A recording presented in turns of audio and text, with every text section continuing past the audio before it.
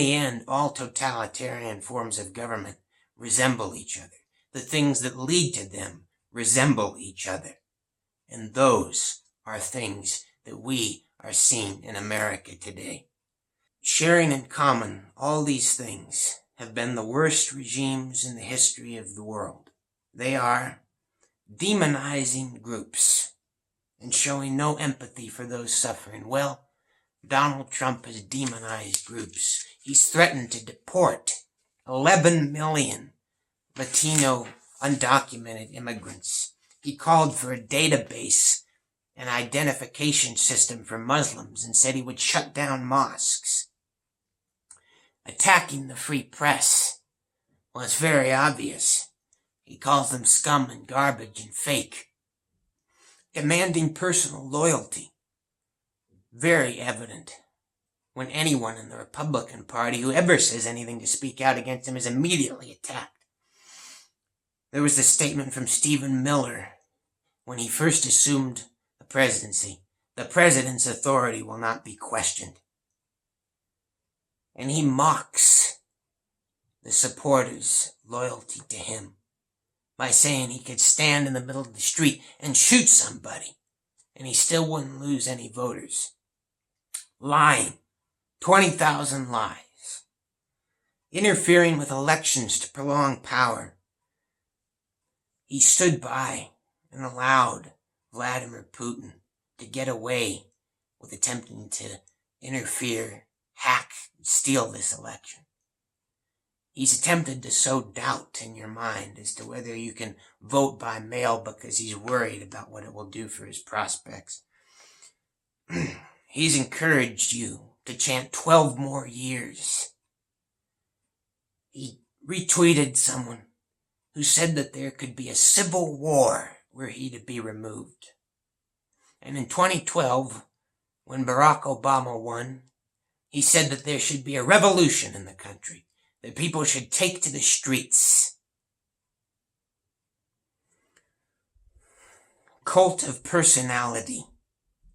And that is evident in these people, and I hope you're not one of them, running to see him with a fervor that is incomprehensible, thinking he can do absolutely no wrong.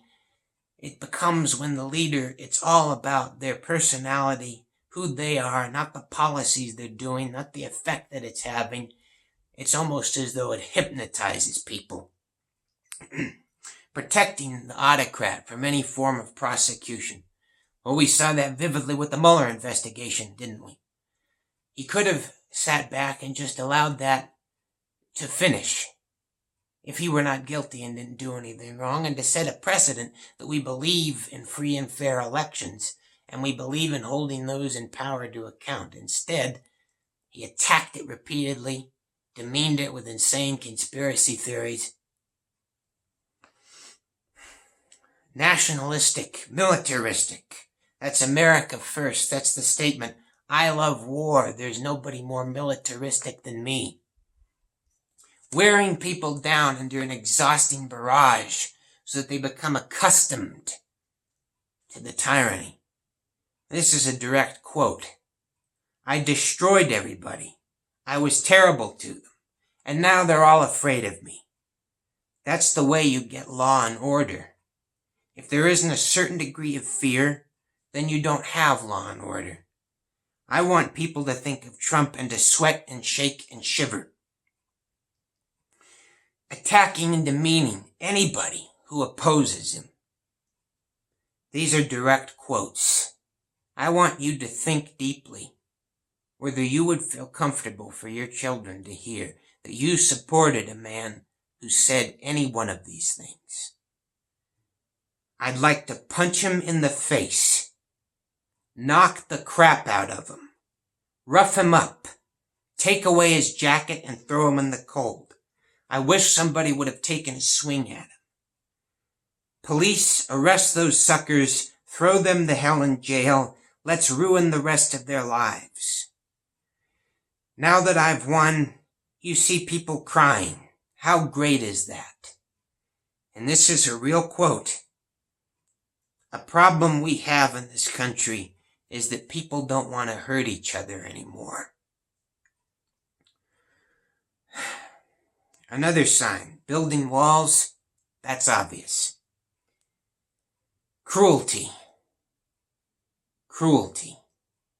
This is someone who said that torture is a beautiful thing. He only didn't implement it because the Secretary of Defense, James Mattis, said he would not do it.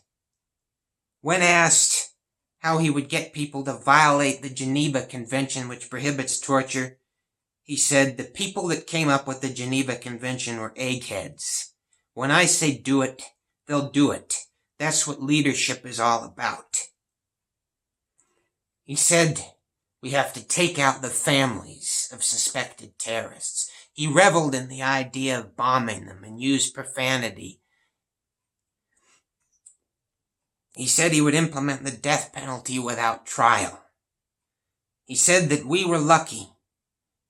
said that terrorists were lucky that we don't want to rip out their hearts and chop their heads like they do to us. He said it was okay for American citizens to be sent to Guantanamo Bay. He glorified a galling, bloody story of mass murder about a general named Pershing dipping bullets in pig's blood and killing Muslims. He said if Hillary Clinton gets in, there's nothing you can do. Although the Second Amendment people, maybe there is something you can do.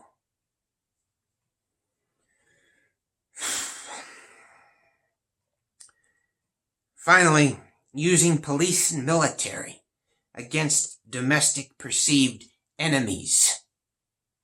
Well, we all know what that is. That was the assault on peaceful protesters for a photo op, when tear gas, flash grenades, and rubber bullets were fired to clear away fellow citizens, including clergy, as the President of the United States walked over to use the Bible as some kind of prop. That was virtually an act of war on the American people. It was attacking his own citizens for his own perceived benefit. This maniac ordered these people be corralled like cattle so that he could do something that makes zero sense, hold up a Bible at a burned out church. The insanity and the cowardice and the brutality and cruelty of it just boggled the mind. The bishop of that church said he abused our sacred space. He's antithetical to everything that Jesus represents. And General Mattis, his former Secretary of Defense, said, never did I dream that troops under any circumstance would be ordered to violate the constitutional rights of their fellow citizens, much less provide a bizarre photo op for the president with military leadership standing alongside. He reminded us that the slogan the Nazis used for destroying us was divide and conquer, and the American answer was, in union there is strength. And then he quoted Abraham Lincoln, who said, great nations crumble for two reasons. One's foreign invasion, but the most dangerous is the rot from within, the viciousness, the ignorance. One potential consequence of this is violent anarchy. The other is the rise of an ambitious leader, unfettered by conscience or precedent or decency, who would make himself supreme. This has been true across centuries, from Machiavelli to Mao. Severely internally damaged human beings have seized power and inflicted hurt upon millions. Despotism is insanity. No good ever comes from compulsion. And so, to all members of the military, the police, or the National Guard, I'm confident in knowing that you will never take orders that you know to be unlawful and wrong. Those who come after us will see that tape. They'll see that tape of those people being plowed down for no reason, of the President of the United States having ordered an attack on his own people.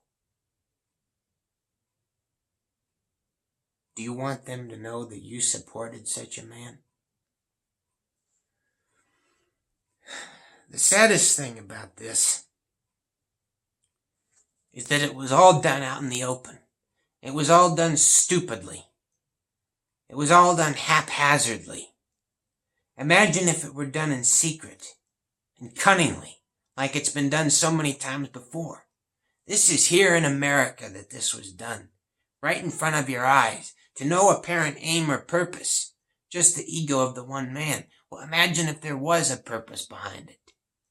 There is the capacity today to create systems of oppression and dictatorships that were not even possible back under the most horrid, murderous dictatorships the world has ever seen. One could do it today if one were evil enough to want to. And anyone who is so inclined has looked to the presidency of Donald Trump with inspiration and with license.